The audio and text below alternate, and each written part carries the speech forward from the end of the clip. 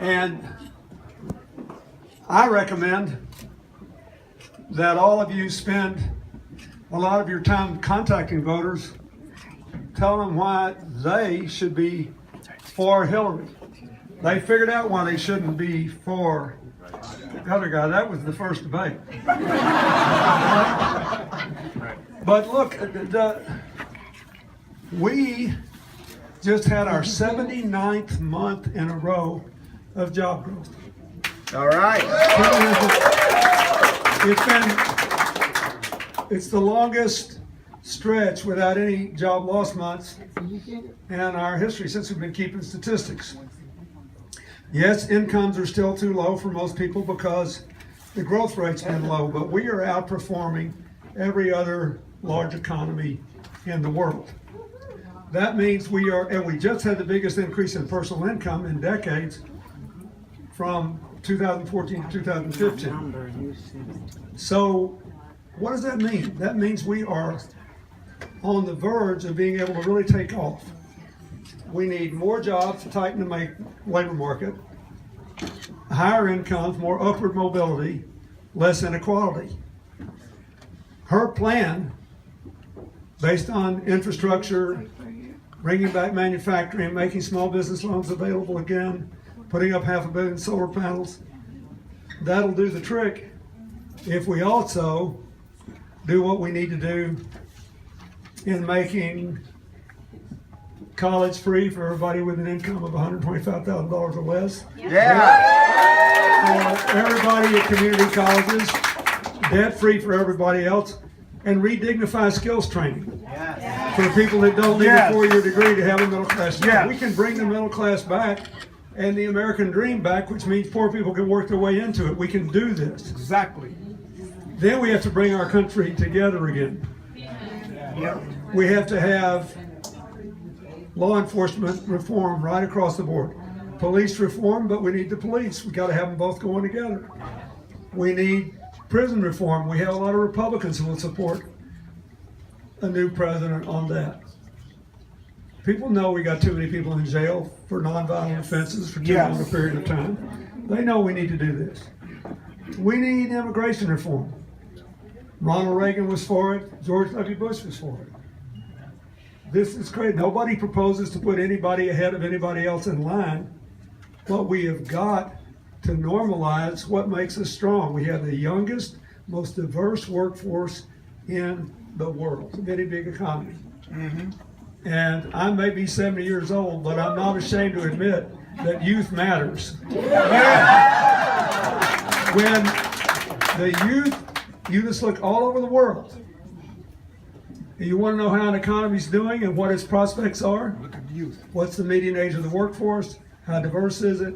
How good do you have the university system and the job training system? This is not complicated.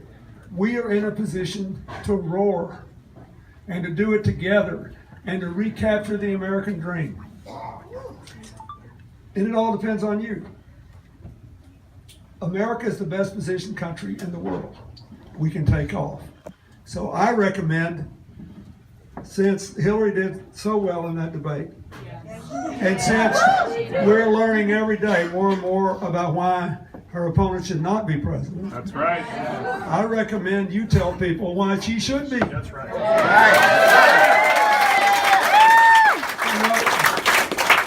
After all, we're Democrats. People hire us when they need help. Right? And just tell people, they say, but we need a change. You said, you bet we do. The question is, what kind of change do we need? One that'll lift us up or tear us down. Before I got out of the car, I was talking to this friend of mine, well, actually right before I got out of the car in Flint, that I've known for more than 40 years. And he's a great one-line expert. So I said, what's my one line today? He said, tell people if you don't want someone to drive the truck off the cliff, do not give them the keys. That's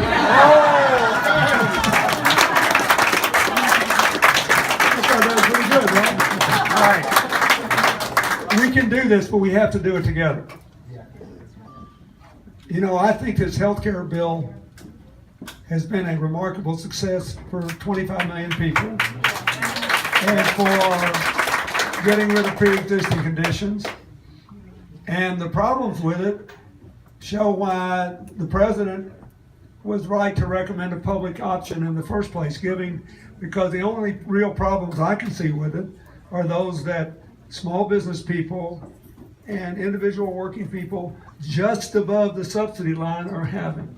Why is that? Because they're small, they're independent, they don't have any market power vis-a-vis the insurance companies. And that's why Hillary said the change we need is not to wreck this thing and repeal it. It's done too much good. The change we need is to create an affordable option for the small business people and the working people who are not covered. That's what the public option's about. Keep in mind, when the other side complains about that, if they just pay these people something they can afford, it will cover well over 90% of the cost of the expansion of Medicare or Medicaid or both. Right. Why? Because there's a huge pool. This is one place where his adjective works. This is really important. There's a huge pool. And economics of healthcare are as follows. In any given year, more than 80% of the costs are claimed by 20% of the people. It's just a shifting 20%. That means if you have a small pool, it's impossible to price right. It doesn't work. It's not like life or casualty or poverty or property or other insurance, which is why there should be a public option.